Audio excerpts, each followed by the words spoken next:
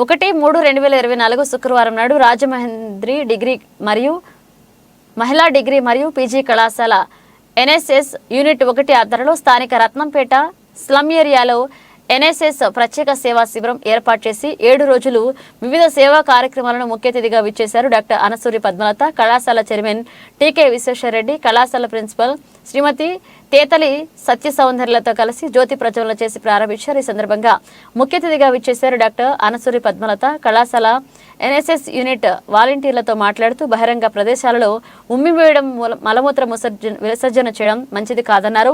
అలా చేయడం వల్ల అందులో ఉన్న సూక్ష్మ క్రిములు ఆరోగ్యకరమైన వ్యక్తులకు చేరి వారి ఆరోగ్యాన్ని కూడా దెబ్బతీస్తాయని, అందువల్ల బహిరంగంగా ఉమ్మి వేయడం కానీ మలమూత్ర విసర్జన చేయడం కానీ చేయకూడదన్నారు. ఇటు విషయాన్ని ఎన్ఎస్ఎస్ వాలంటీర్లు ప్రతి ఒక్క ఇంటికి వెళ్లి వాళ్ళకి అర్థమయ్యే రీతిలో అవగాహన కలిగించారని, స్వచ్ఛ భారత్ కార్యక్రమంలో భాగం కావడం ఎంతో ఆనందంగా ఉందన్నారు డాక్టర్ పద్మలత.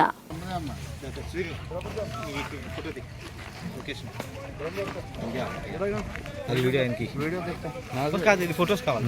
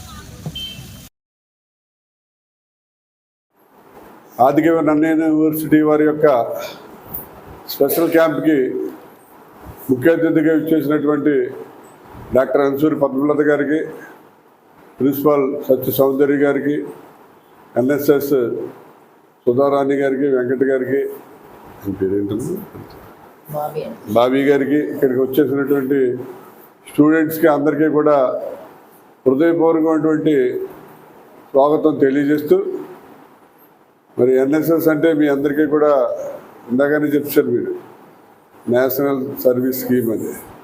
పేరు తెలిస్తేనే కదమ్మా మనకు చేయాలనే భావన కూడా మనసులో ఉండాలి. నిజంగా ఎవరికైతే సర్వీస్ చేయాలనే భావన ఉంటుందో వాళ్ళే ఎన్ఎస్ఎస్లో జాయిన్ అవుతారు. ఏదో కాలేజీకి వచ్చాం చదివాం వెళ్ళిపోదాం అంటే కాదు, మనకి సర్వీస్ చేయాలనే మోటివ్ కూడా ఉండాలి. అలా ఉంటేనే రేపు భవిష్యత్తులో మనం ఉన్నతమైనటువంటి పదవులు ఐఏఎస్ కానీ, ఐపీఎస్ కానీ, లేకపోతే ఉన్నతమైన పదవులు కానీ, లేకపోతే ఏదైనా పొలిటికల్గా పై పదవులకి వెళ్ళాలన్నా ఎన్ఎస్ఎస్ అనే దాంట్లో ఉన్న వాళ్ళే 90% ఎక్కువ మంది వాటికి వెళ్ళటానికి అవకాశం ఉంటుంది. వాళ్ళకే ఆ భావన ఉంటుంది, ఏదో చేయాలనే తపన వాళ్ళకు ఉంటుంది. మరి ఇవాళ ముఖ్య అతిథిగా మనకు అనసూరి పద్మలత గారు వచ్చారు.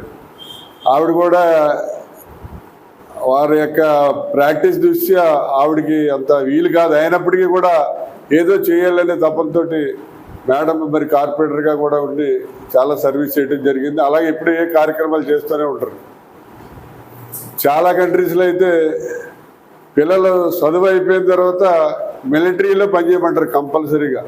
ఒక 5 years మినిమం 3 years మిలిటరీలో చేసి వచ్చిన తర్వాతే వాళ్ళకి జాబ్స్ వస్తాయి. ఇజ్రాయెల్ కంట్రీలో అయితే జెంట్స్ కంటే లేడీసే ఎక్కువ మంది మిలిటరీలో పనిచేసి బయటకు వచ్చి జాబ్స్ చేస్తారు.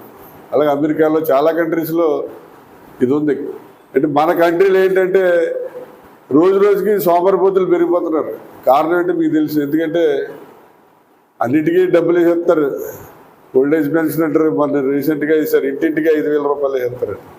ఇలాగ డబ్బులు వేసేస్తుంటే పని చేయవలసిన అవసరం ఉంటుంది. హాయిగా ఓల్డేజ్ పెన్షన్ వస్తుంది, ఊరికినే బియ్యం వస్తాయి, ఉచిత బియ్యం వస్తాయి, ఆరోగ్యశ్రీ కార్డు ఉంటుంది, అన్నీ ఉంటాయి. ఇక పని చేయవలసిన అవసరమే లేదు. హాయిగా తినేటే శుభ్రంగా వచ్చే అన్నీ తీసుకోవడం, పడుకోవడం. అలా తయారైపోతుంది మన కంట్రీ. బద్దగస్తులు ఎక్కువ మంది పెరిగిపోతారు. కంట్రీ ఎలా ఉంటే ఎప్పటికీ కూడా డెవలప్ అయ్యే పరిస్థితి ఉండదు. ఎన్ఎస్ఎస్ అనే భావన, సోషల్ సర్వీసు, కష్టపడాలనే నేచర్ ఉంటేనే పిల్లలు అభివృద్ధి చెందుతారు, మంచి మంచి పదవుల్లోకి వస్తారు. మీ అందరినీ కోరేది ఏంటంటే మీరు బాగా ఎన్ఎస్ఎస్లో జాయిన్ అయ్యనే కాకుండా ఆ భావనతోటి మన చుట్టుపక్కల కానీ మన ఏరియాలో కానీ ఉన్నటువంటి వారికి అందరికీ కూడా సర్వీస్ చేయాలనే మోటివ్ తోటి మీరు అందరూ కూడా ముందుకెళ్ళాలని చెప్పి మిమ్మల్ని అందరినీ కూడా కోరుతూ, మరి ఇది 7 రోజుల క్యాంపు. ఒక్కొక్క రోజు ఒక్కొక్క రకమైనటువంటి సొసైటీలో ఉండే ప్రాబ్లమ్స్ మీద మీరు అందరూ పబ్లిక్తో ఇన్వాల్వ్ అవ్వాల్సి ఉంటుంది. ఈవేళ స్వచ్ఛ భారత్ అనే దాని మీద, స్వచ్ఛ భారత్ అంటే మీ అందరికీ తెలుసు, నరేంద్ర మోడీ గారు స్వచ్ఛ భారత్ అని చెప్పి భారతదేశం అంతా గాంధీ గారి యొక్క ఆశయాలకు అనుగుణంగా అందరూ కూడా క్లీన్ చేయాలి, అన్నీ శుభ్రంగా ఉంచాలని చెప్పి స్వచ్ఛ భారత్ పెట్టారు. దానిలో భాగంగానే మరి ఈవేళ ఇక్కడ ఫస్ట్ కార్యక్రమం ఇక్కడ పెట్టడం జరిగింది. మీరందరూ స్వచ్ఛ భారత్లో పార్టిసిపేట్ చేయండి. రేపటి నుంచి 7 రోజులు కూడా ఏ కార్యక్రమాలు అనేది ఎన్ఎస్ఎస్ మేడం గారు, ప్రిన్సిపల్ గారు చెప్తారు. వాటి ప్రకారం 7 రోజుల కార్యక్రమాన్ని సక్సెస్ఫుల్గా మీరందరూ కూడా పార్టిసిపేట్ చేసి మంచి పౌరులుగా తయారవ్వాలని చెప్పి మిమ్మల్ని అందరినీ కోరుతూ సెలవు తీసుకుంటాం. జై హింద్. డిగ్రీ కళాశాల వారి ఆధ్వర్యంలో ఇక్కడ మున్సిపల్ కాలనీలో ఉన్న పార్కు దగ్గర స్వచ్ఛ భారత్ కార్యక్రమాన్ని చేపట్టడం చాలా స్వాగతించవలసిన విషయం. ఎందుకంటే ప్రతి పౌరుడి యొక్క బాధ్యత మన ప్రదేశాన్ని చుట్టుపక్కల శుభ్రంగా ఉంచడం. ముఖ్యంగా నేను చెప్పొచ్చేది ఏంటంటే, ఒక ఊపిరితిత్తుల స్పెషలిస్ట్గా ఉమ్ము వేయరాదు బయట. ఎప్పుడైనా సరే ఉమ్ము తప్పని పరిస్థితిలో దగ్గుతూ ఉన్నవారు ఉమ్ము వస్తే ఒక నీరు ప్రవహిస్తున్న డ్రైన్లో వేయాలి, లేదా ఒక టిష్యూ లాంటిది కానీ క్లాత్ లాంటిది తీసుకుని అది కూడా డస్ట్బిన్లో వేయాలి. కానీ రోడ్డు మీద వేయడం వల్ల అది గాలికి, అది సూర్యరశ్మికి కానీ మామూలుగా క్రమేణా అది డ్రై అయ్యి అందులో ఉన్న బ్యాక్టీరియా మాత్రం బయటకు వచ్చి గాలి పీల్చినప్పుడు, గాలి ప్రవాహంలో మనం పీల్చినప్పుడు ఆరోగ్యంగా ఉన్నవారికి న్యూమోనియా, అది ఏదైనా కావచ్చు, కమ్యూనిటీలో వచ్చే న్యూమోనియా, సాధారణ న్యూమోనియా కావచ్చు, టీబీ కావచ్చు, ఒక్కొక్కసారి ప్రాణాంతకం అవుతుంది, వెంటిలేటర్స్ మీదకి వెళ్తారు. దీనికి కారణం ప్రధానంగా గాలిలో బ్యాక్టీరియా ఉమ్ములో నుంచే వస్తాయి కాబట్టి. లేదా దగ్గినప్పుడు తుంపర్లు, ఆ దగ్గినప్పుడు తుంపర్ల వాళ్ళు కూడా మనలో నుంచి బ్యాక్టీరియా ఎదుటి వాళ్ళకి వెళ్ళకుండా మరి ఒక ఎల్బోని ఇలా పెట్టుకుని అప్పుడు దగ్గినప్పుడు ఇలా పెట్టుకుంటే ఎదుటి వ్యక్తికి మన తుంపర్లు రాకుండా ఉంటాయి. అదేవిధంగా చెత్తను డ్రైన్లో వేయకుండా చెత్త కలెక్ట్ చేసుకోవడానికి వచ్చేవారికి చాలా తడి చెత్త పొడి చెత్త విడదీసి ఇవ్వడం, అది రోజుకి ₹1 ఖర్చు అవుతుంది, ₹30 నెలకంటే. దాన్నే చాలా ఎద్దేవా చేస్తున్నారు. ఒక సాధారణ కామన్ మ్యాన్ ఈరోజు రోజుకి ₹1 ఖర్చు పెట్టకుండా జీవితాన్ని, ఒక ప్రతి ఒక్కరికి కామన్గా మొబైల్ చేతిలో ఉంటుంది. మొబైల్ బిల్లు రోజుకి నెలకి రీఛార్జ్ ₹30 దాటే ఉంటుంది. అలాంటప్పుడు మన ఇంట్లో మన తుక్కుని ఎదుటి వారికి ఇబ్బంది, మనకే ఇబ్బంది, ఎదురు ఇబ్బంది కలగకుండా ఎత్తేవారికి ₹1 ఇవ్వడం అనేది ఇబ్బంది కాదు. దయచేసి మన పరిసరాలని అలాగే పర్సనల్ హైజీన్ కూడా మెయింటైన్ చేస్తే స్వచ్ఛ భారత్ ఉద్దేశం నెరవేరుతుందని చెప్పి నేను తెలియజేస్తాను.